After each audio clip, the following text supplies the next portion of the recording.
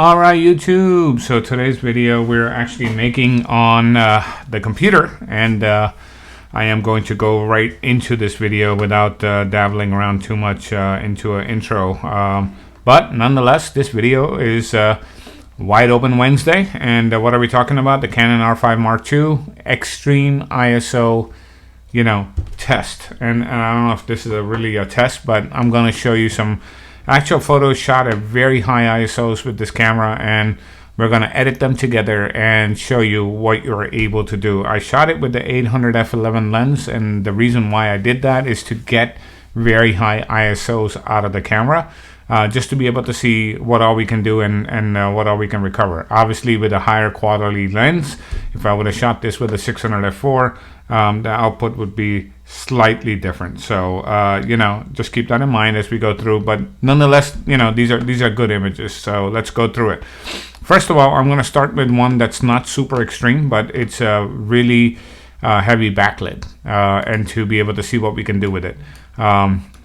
You're gonna have to give me a second because I just have to wake up this drive, and once it actually is up and running, we should be good to go, and I think it's there.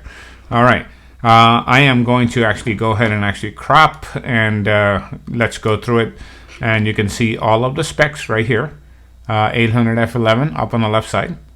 This is the shutter speed is 1/200th of a second, and I'm shooting an 800mm lens handheld at that. So just keep that in mind as we go through this. So let's just say that's the crop, right? I'm going to start with auto and see how it looks. That's sort of in auto how it looks. You already saw how severely it was actually underexposed, and then we'll actually just come in here, we'll pick the subject, and let's just go ahead and actually make it a little bit brighter right on the subject itself, and then give it a little bit more shadow. It's a little too much going on there. Wow. Okay, let's leave that alone. Let's get some of the whites back in there. There they are. And I am going to check the highlights are pretty good. It's too much going on there, so I'm going to reduce the highlight a little bit here because this one's harder to see. I hope you can see these as I'm actually fooling with it here. I'm going to leave it here, and then I can mess with it a little bit later so you get an idea. This is at I believe at 100%. This was shot in the rain, as you can see, and it shot through pouring rain. You can see the rain right here, and the detail that it actually is rendering right here. So with that, what I'm going to do now is, again, this was the original image. This is what's left of it, and this is 100% of that, right? So let's come on down here into applying the actual lens corrections. Okay, they're applied. We're good to go. I'm just going to give it a little bit of fringing stuff if there is some fringing going on, and then I am going to run the denoise on this image. So this will take it a second, and it will go through. I'm just going to run with the default that I have got set at right around 46, I think is where I have it. Keep in mind these are 45 megapixel raw files that I'm actually editing on the fly. So definitely keep that in mind as we go through this. And I'm actually having my coffee, so I don't mean to, drink in your ear here. So nonetheless, looks like this is ready to go where we are. And typically what I'll do here is come back and hit auto for a second, and no change. That's good. That means we did pretty good right out of the bat. You could come back to this mask if you wanted to, make it go up a little bit if you wanted to increase the saturation of the bird. I mean, if you wanted to do that, you can see what it's doing. I would just give it a little bit if you really want to, and then give it some sharpness, because this is a raw file and they don't come all sharpened up for you. That's not bad for what it is, right? On how bad it was on what we saw before to where it is now, right? So overall, you can brighten up the whole image if you really wanted to a little bit. I am really not liking this bottom part here, but that's not the point. The point here is just to look at what can be really done with this camera, and you can see the raindrops here. It is actually more prevalent now that the noise has been removed from here. You can actually see the detail through it. So not bad. Okay, that one was at 640, right? So let's go ahead and actually bring the filters back on to all of the ones that I had flagged, and then I'm actually going to go to this guy here, and let's see if we can actually go here, and it's going to keep flopping between the two because I'm actually running the noise reduction. This is the second one. This one is at ISO 10,000. As you can see, this is the level of detail. Obviously the noise is there. It's at 10,000 in the rain, and you can see the rain falling here. You can see even the water droplets on the trees everywhere, wherever you look. Same thing, let's go ahead and actually do a really quick crop to what we want, something similar to this, and just leave it there for a second. For argument's sake, hit auto. Let's see, okay, toned it down a little bit. I'm just going to clean this up first, and the reason why I'm going to clean this one up first before reducing the highlights is just to get a little bit more clarity in there. And so we come on in here, we actually hit denoise, and then hit that and let it do its thing, and then we'll wait for a second. It should get us a new file, and once we get that new file in here, and I'm making this video because a lot of people are really concerned about high ISO noise in this camera. Well, you know, at 10,000, 12,800, all cameras have noise. But look at what you can do with it, and this is a crop, so you can see that's how much is left of the image that we just did. And yeah, you could make it bigger if you really wanted to, something like that if you wanted to do that, and that's 100% of that. So come on in here, hit auto again, and if you really wanted to get into it, you could hit the subject, and then start to work towards it and reduce the highlight a little bit. See, and that's what I was talking about right here. You can see how the highlights, let me go ahead and actually, I have to exit this because I am actually in presentation mode. What you will see now is when I turn this mask on here, you just watch the neck of the bird right here. You can see that there's a detail back in it. People that shoot JPEGs, you probably won't be able to recover this at this level if it's gone up. One thing I will share with you, I did not have highlight tone priority on. Another thing I'll share with you, this is shot at 1/200th of a second on an 800mm lens, handheld in the rain. Okay, this is really extreme, right? Is where I'm taking it. So if you were out and about trying to get that shot, what can you really do with this camera, and what can you really produce? So there's that, and I would probably like to give it a little bit of texture, a little bit of clarity. Looks good, and then give it a little bit of sharpness here. And this is extreme sharpness. You can see what it's doing here. It's picking just the edge of it, and right about there is pretty good. I mean, you don't want to over sharpen because then doesn't look good. And there's your shot, ISO 10,000. Right, so that's that one. Let's go to the next one, and we'll pick this guy. This is the titmus. If you don't know what that bird is, that's the bird, titmus, and this is again at 10,000, and a lot more white in this, so the intentionally picked that to see if we can recover the detail of the white.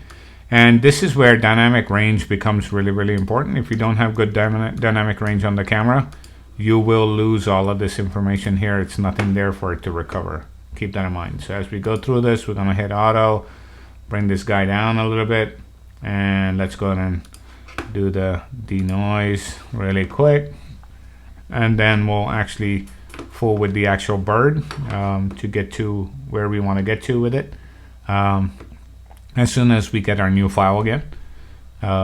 And I'm showing you this because I want you to be able to see right out of camera. I'm not cooking this stuff up. Most people are going to just show you the finished, edited product. And usually that's kind of misleading. Here we are. Here, I'm going to increase this a little bit. I'm going to bring up this a little bit and bring up a little bit more of the whites. You can see what it's doing. It's even making the grays look much better. These are the highlights, as you can see. You want to be careful you don't blow them out too much, but in this bird, it's looking beautiful overall, no problem. I'm going to come in here, come down, give it a little bit of clarity and a little bit slight of the texture. And then increase this a little bit more. This is extreme. I like it right about there because I can see the detail here. Let me just show you the detail now. So that's where we have ended up. If I reset this back to what it was, actually, let's go back. That's where we ended up. And then this is the actual file right here. It's not this one, sorry. I'm trying to do this while I'm actually doing this. There, that's the file right there. That's the raw file. This is the denoise file of the same file. And then you can see all of this detail here. It's there, it just has to be brought back. And there you are, brought back. This is pretty extreme, but look at that shot. It's ready to go. You know, I post it on the Instagram, wherever the heck you want to put it, no problem. You can see all the detail right through here. No issues whatsoever. And you could literally just brighten up the whole thing if you really wanted to. There you go. And this is shot in the rain, so you can see the rain falling back here. So there's that one. All right, let's go to one that's 12,800.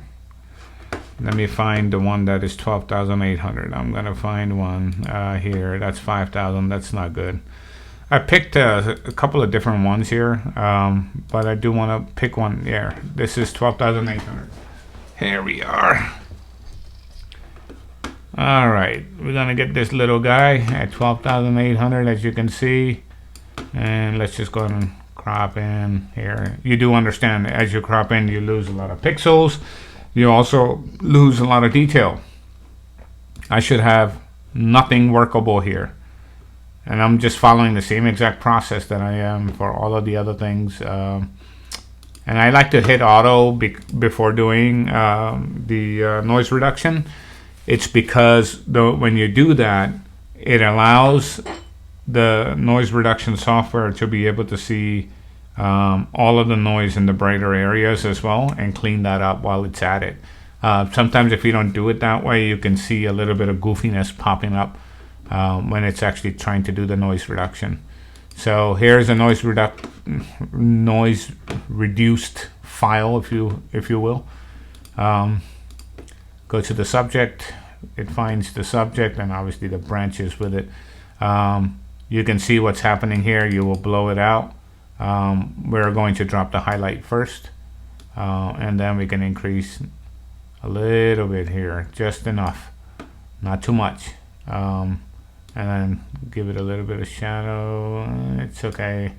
I'm going to reduce the black on this a little bit to bring back a little bit of the contrast. You could use the contrast slider. I like to reduce the black on it. It brings back, it just looks nicer. But you know, to each its own. You can fool around with it. And I don't know if this has been applied. That's for the lens. Okay, it's there. Perfect. There you go. And going to go back into the mask, and then give it a slight texture, a little bit of clarity, and then a little bit of sharpness. There we go. 12,800 right there. If I export this image right now,